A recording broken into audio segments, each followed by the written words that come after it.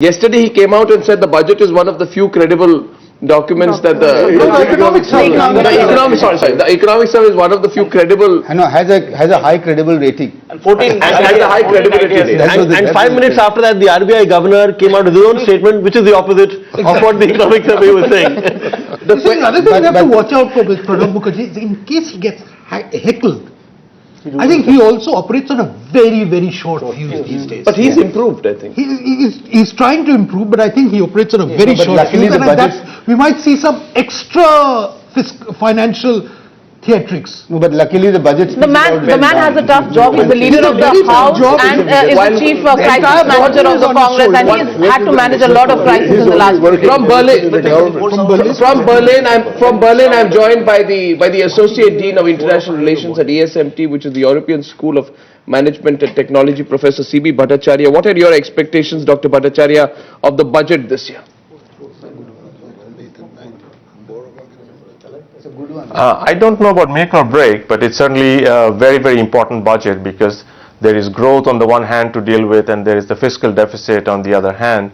So it's very important, but on the other hand, you have to remember that the economic slowdown globally is a reality, and it would be naive not to accept that reality, and it's important for everyone to understand that there are limits to growth. Do you think the big Indian growth story is still alive?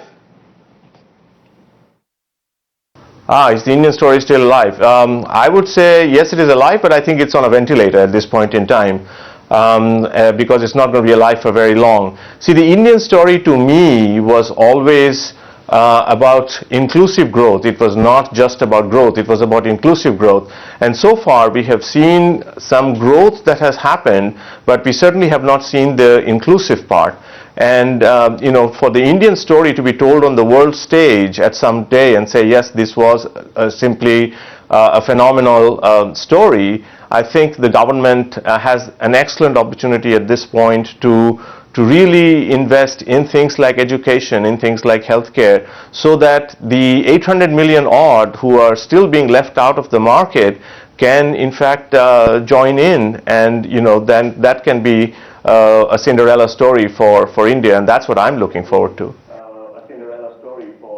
Well, Dr. Bhattacharya, thank you very much for joining us. And the most photographed man besides Pranab Mukherjee already is the man who's cleaning his car out there. There are about 20 cameras. Of the type of European perversions which have been allowed to get into our economic thinking.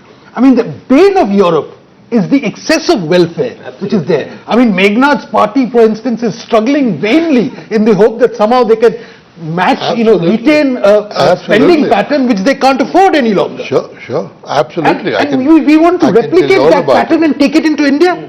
And the same. But we already have. We already have. And exaggerate. Which European country has been able to completely reverse that trend without? They have not. I mean, the most you got was that you started rolling it back under Thatcher.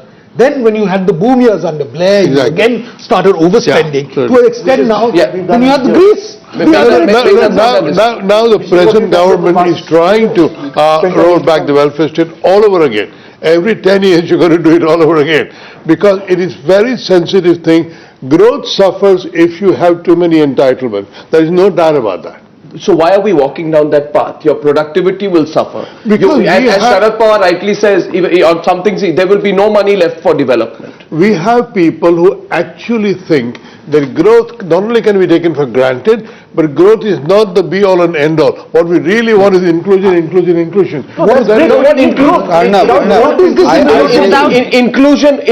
46% increase you have had in these schemes. What has it delivered to India? I had given a very cogent answer once to Sunil about this, which is that if you assume that you will get 7% growth in any case, that translates into a 14%, 15% nominal rate of growth, translates into an 18% growth in revenues.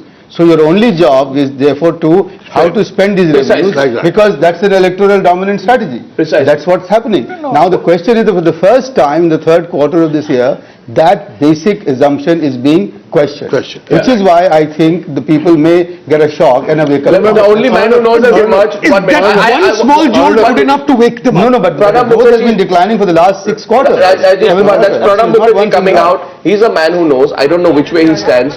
But as you see these pictures of Pranab Mukherjee, he knows he has a situation today where 20% of his central spending is being spent on these budgets. He's going to say something. Let's go across. Let's go across.